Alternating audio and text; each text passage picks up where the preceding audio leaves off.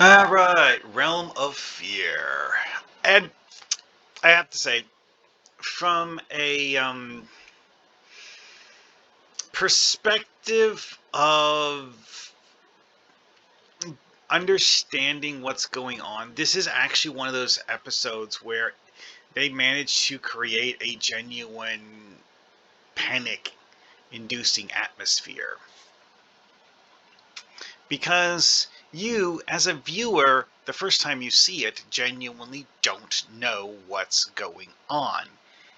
And trying to capture that in a TTRPG, yeah, you can try. It might work.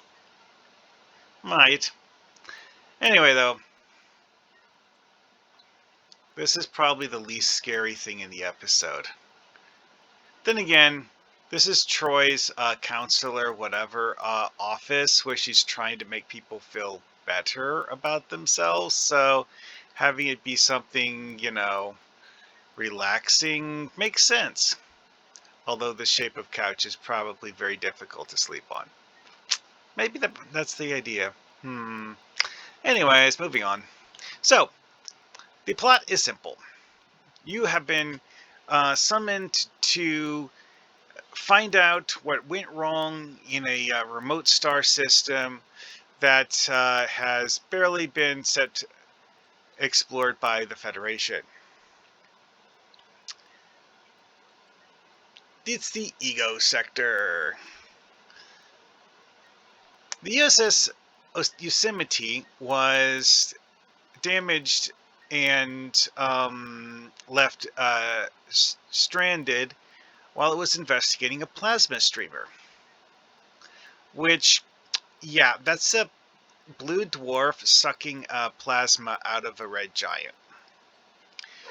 It's actually believed that in real life, this is actually what's been happening to Betelgeuse as one of the satellite stars that orbits it has been absorbing plasma from Betelgeuse's ever-expanding atmosphere. And then one day Betelgeuse will have so much sucked out of it that it'll stop expanding and something will happen. Hypernova maybe? Who knows? Anyways, so the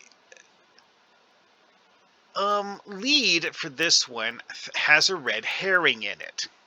And that's something that's very interesting for this, is that by throwing this red herring in there, you don't know why any of the things happened, and it gives you a reason to think you know why things happened before you actually start looking, and that is kind of spicy. So the briefing is from Admiral Hayes. Admiral Hayes starts talking about Ferengi and Cardassians, and the Ferengi claim the Cardassians were destroyed by, or the Ferengi claim that Cardassians destroyed two of their freighters. Is this actually true? The episode actually never goes into that. Now, one could say that this was a actually here not meant as a red herring, but meant as a way of establishing that the Cardassians are bad guys or something, prior to actually using them as proper bad guys in Deep Space Nine. Because in TNG, the Cardassians get brought up in several episodes. We see them in a handful of episodes, but we don't really do much with them. And in this episode, they just get name dropped once. So the possibility is presented that the Yosemite was attacked by a Cardassian ship. Thus, when we get to the Yosemite, we have reason to think that some of the strangeness that's going on is actually the result of Cardassian activities. Well, see, again, it's a red herring. This is a mystery box episode, though, and the whole point of the episode is to open the box and uncover the nature of the mystery. I guess you could say expel the shadows, blah, blah, blah, whatever analogies you want to go with. Anyway, Ego Sector, we don't actually know a whole lot about this sector, other than the fact that the Yosemite was here. That's literally the only time this has ever been mentioned, apparently. This has not been brought up again, which is a very useful plot point to remember if you're going to make an adaptation of this, because of the nature of the actual events in this episode. So, moving on. Don't worry, we're coming back to that. The basic gist of this is that they go there, they start investigating, weird stuff happens, and they really don't know what is going on. Thing is, there's a whole bunch of the episode that is literally just Barclay being insane. Now, that is actually kind of a problem, because having a player team, the way this episode is structured, it's actually mostly O'Brien and Barclay doing the bulk of the story stuff. You have the main crew, but they're kind of sort of like NPCs. Like, you have Barclay and O'Brien do this, the Barclay and O'Brien do that, and talk to the others when they have reason to, but they don't necessarily actually take action as major plot points. Now, again, they all do something, but not in the center stage. Most of the time, anyways. Anyway, that, however, was something that you could modify if you were trying to adapt this, because that's just 2 players. You could expand it to be 4 or 5 or something or other like that if you want to. But again, you'd have to rework things to a certain amount. Of course, the whole energy plague thing. Yeah. Because the whole thing with Kelly's body is the Crusher and Ogawa, they find Kelly's corpse and bring it back to the Enterprise. They're trying to figure out what the heck happened to him, because he's obviously dead. Very, very obviously dead. And they're like, we detected readings that made it look like maybe possibly we could resuscitate him, but it didn't work. Well, it turned out that some of those readings were the quasi-energy microbes. Yeah, sci-fi nonsense. That's actually the entire root of the problem here, is that the energy streamer that they're studying has these quasi-energy microbes living in it, and those quasi-energy microbes have bad effects on humans. And that was actually the core of the problem the Yosemite had. They were studying the plasma streamer, and somehow those microbe things got into their ship. And that's what killed Kelly. And, one of the things that I actually found to be one of the most surreal special effects, which I could not find a picture of on the wiki, is the ending of the episode, where Barclay realizes that the bizarre worm things that he claims that he was seeing in the transporter stream are real and actually physically there. And this is the only episode I can think of where they actually do a point of view picture from the perspective of a person who is mid-transit in a transporter, because in most episodes they write it as if the person who is mid-transport doesn't really see or feel anything. That actually gets explicitly brought up in the Relics episode, where Scotty talks to them. Is that Scotty, you did the whole transporter buffer thing to do a sort of stasis to keep himself from aging indefinitely as long as he remained in the transporter buffer.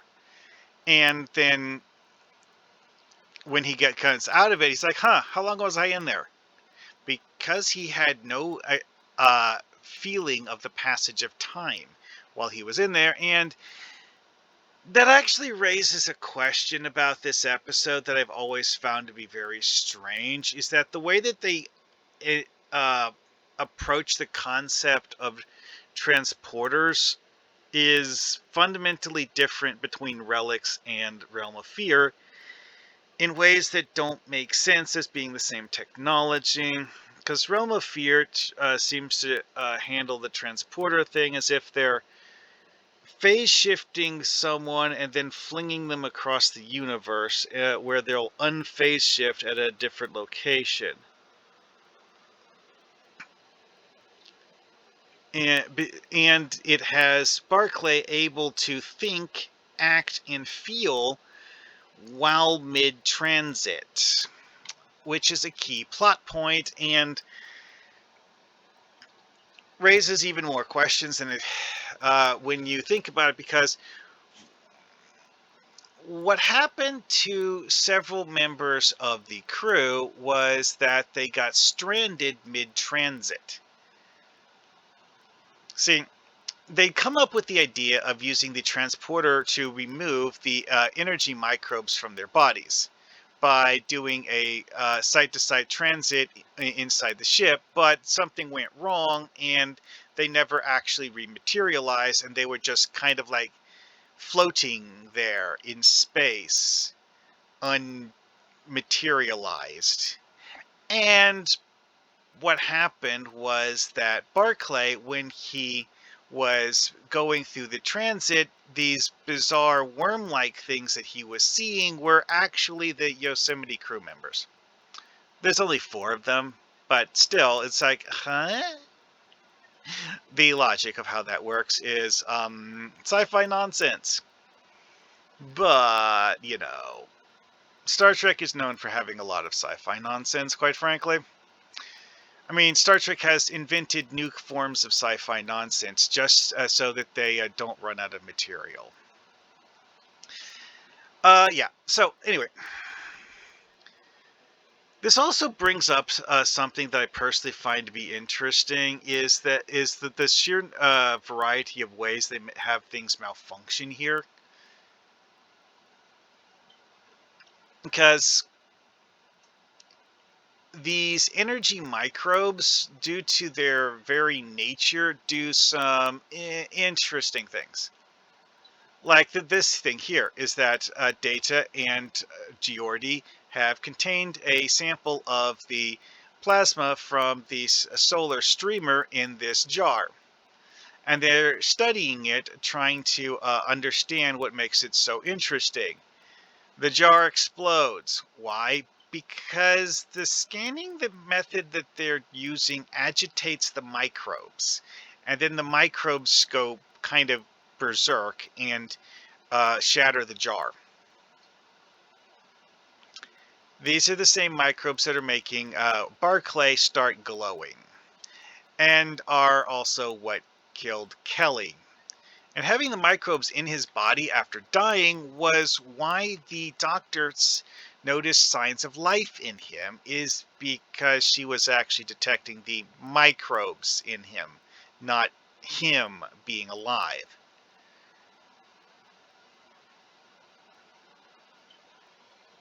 Again, very strange plot point. And again, this is one of those things where at this point they hadn't actually figured out what the alien microbes were yet. It was the whole having the jar explode on them thing that made Data and Geordi realize that they'd found a form of life that actually lives in solar plasma. Note, this is not actually in solar plasma that's in the star. It's the streamer going from the red star to the blue star.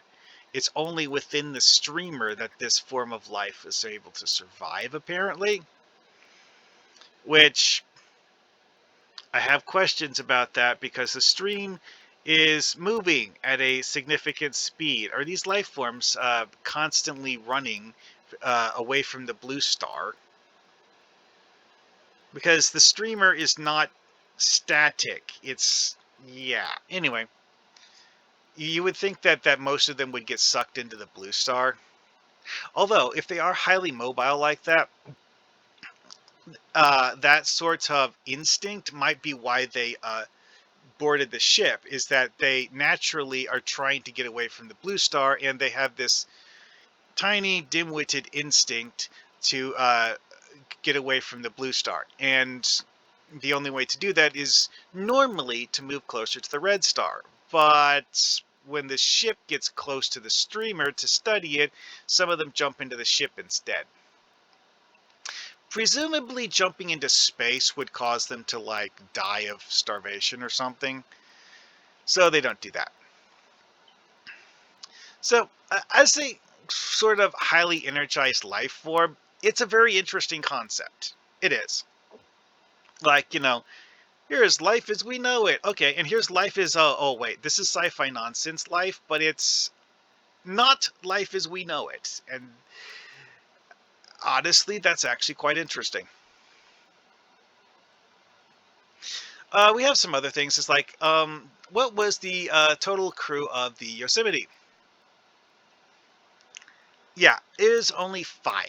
So having 4 people get suspended in stasis like that and 1 die, that was literally the entire crew of the Yosemite. Huh? Yeah, I don't understand that either. Also, it's a 5-digit registry number. Make of that as you will. Anyway, now the tiny crew of the Yosemite does actually seem to be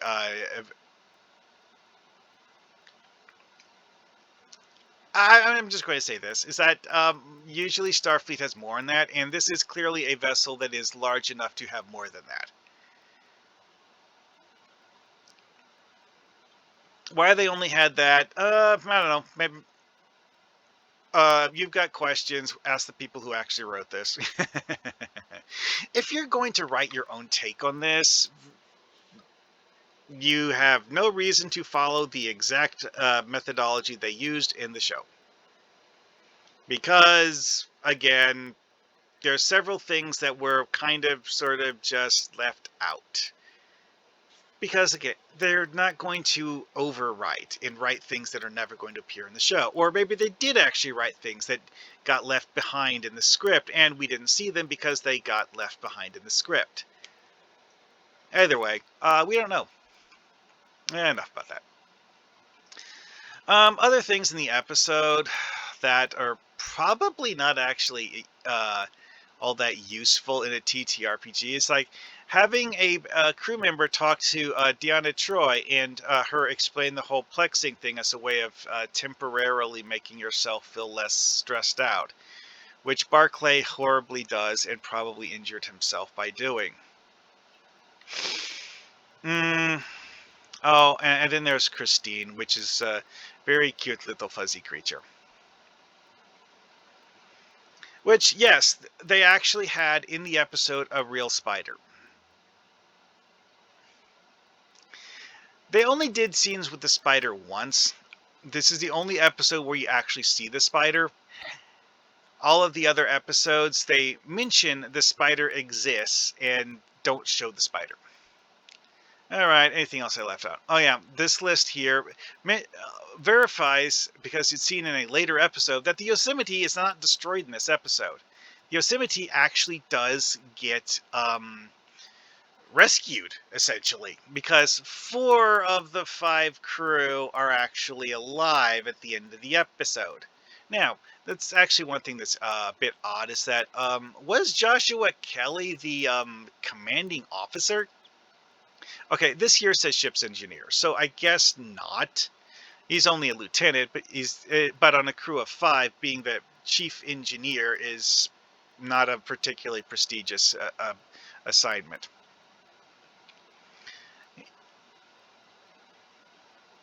Yeah. So This, as a TTRPG thing, would be the Yosemite failed to check in. This is where it was last known to be. This is what they were doing. Go find it and report back after you do. And, in the episode, that's basically what they do. And seriously, those energy microbes, massive pain in the ass. And the energy microbes are the actual source of the conflict in this episode.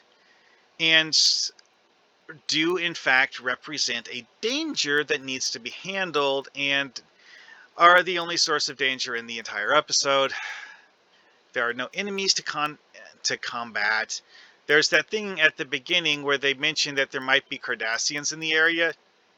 I mean, it's there to give you the idea that it's hazardous, even though there aren't actually any Cardassians in the area.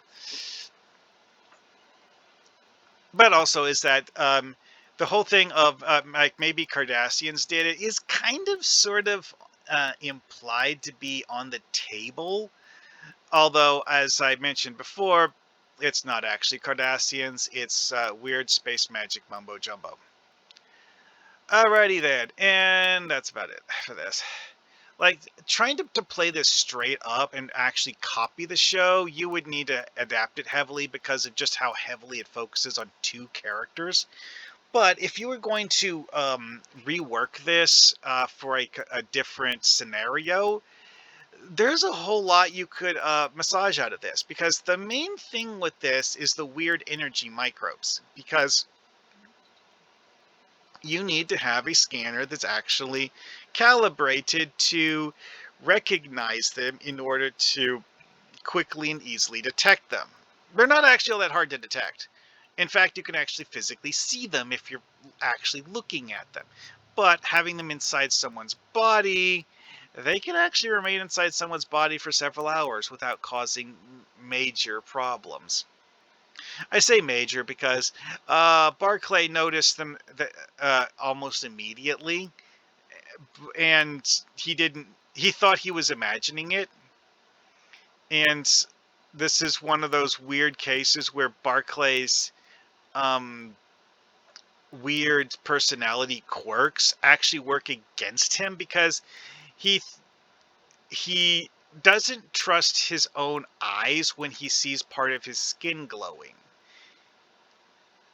And in the grand scheme of things, this actually delays their ability to solve the problem, because Barclay was the first person on the crew of the Enterprise D to get infected with them, and also had it the worst of all of the people in the Enterprise D that got infected with them.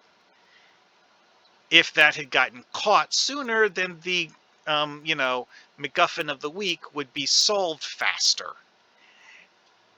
Yeah. To be honest, that's kind of the whole point of the Barclay character, is to be someone who is a member of the crew of the Enterprise who makes their problems harder. More often than not, anyways. And not always the same way. It would get boring if it was always the same way. Let's see if this has a picture. Nope. Figures. Boring. And I think we're done here. See you guys next time.